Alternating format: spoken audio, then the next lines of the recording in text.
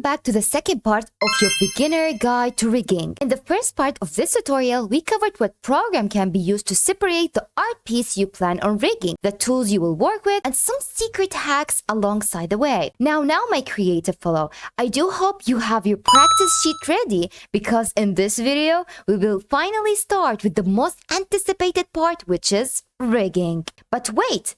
What program are we going to use, you ask? I think you probably know because I did add the logo on the thumbnail. Say hello to the star of the show, Opentoonz. In case this is your first time hearing about it, do know the most important thing about it, and that is, it is completely free. How lovely. I did also add the link to download in the description down below, so you can download it if you haven't yet. Previously on UI design. By opening Opentoonz, we have to create the project space and scene to add our PNG formatted picture. Go to browser from the upper menu, drag and drop all the image in this empty box. To work on the animation, you have to go back to the drawing area. What a beautiful mess. Yes, our current objective has been decided. Reordering layers and renaming them. Yes, you heard me right. Rename every single layer. I know you were planning on skipping this, but don't even consider that, especially if you're planning on making things easier to yourself. Do reorder them and rename them the same way they were on Photopea to avoid confusing stuff. Next step, deciding the length of the animation. Do consider a couple of things here, and that is, the shorter the timeline is, the faster the animation will turn out. And the longer it is, the slower it will be. With the timeline decided, it is time to talk about the tools you need to know. I ended up choosing the most important ones and reducing them to 4 tools only. Alert! Alert! The order of the tools I'm going to state them in isn't related to how I worked on this project. Tool number 1. The animate tool. This tool is divided into 5 other sections. And from the name of the tool, you can get a grasp of what task it covers. Remember that before jumping into the animation, you will need to work on your art piece centering. With the centering tool, you will be able to control the anchor point, which is the point on an element from which all types of transformation and action will originate from, whether it can be a change in size or position, and so much more. This takes us to another crucial piece of information, keying.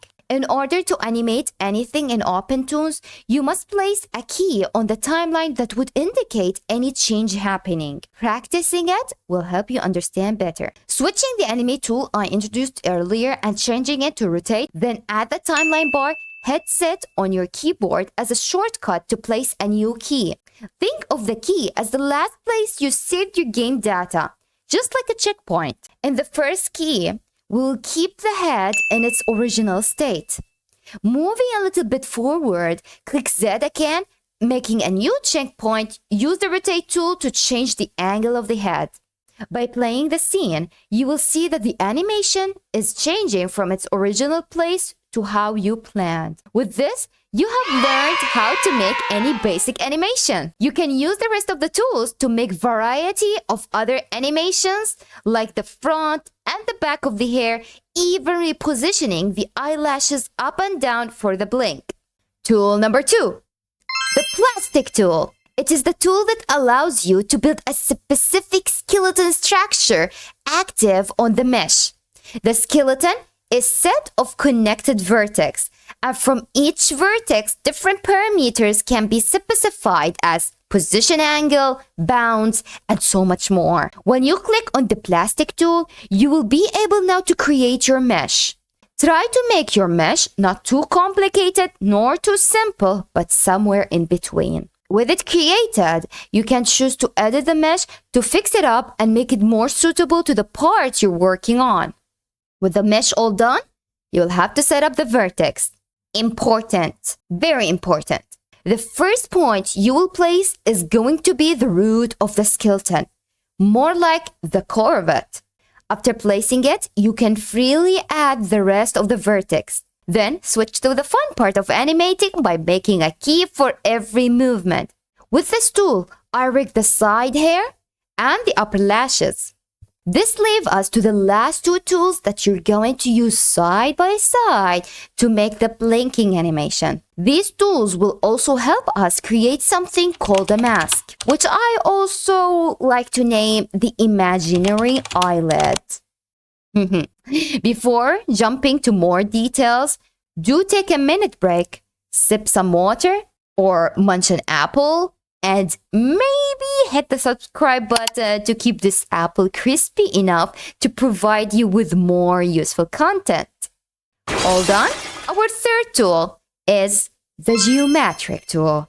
It is a very simple one that you can use to draw different shapes from circles, squares, and even straight or curved lines that can be connected to each other, helping you in customizing the shape you want.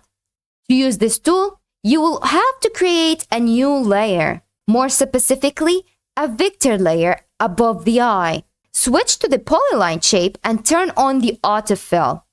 This is where it gets confusing. Do know, for these upcoming steps, I already made a very detailed tutorial on how to make a smooth blinking animation using Opentoonz from A to Z. So I won't be covering much on this topic. However, I will do my best to share as much as I could in this tutorial. As you can see here, I have switched to another viewpoint called Somatic. In it, you can apply variety of effects to your work. For our imaginary eyelid to function, you will need to apply an effect called Matten to the eye layer. Do know that to see any changes happening, you will have to turn on the preview.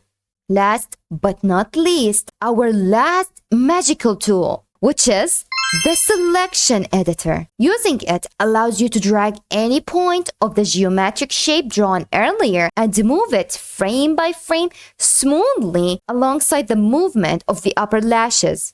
By the power of all these four tools and some patience, you have learned all the requirements to rig any project.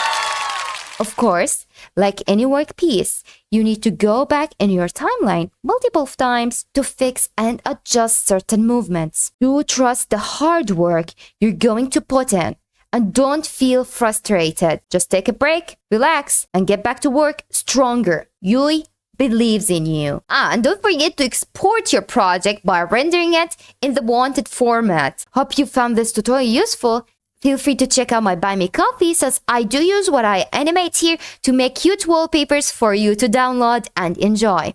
See you in the next video. Yui is out.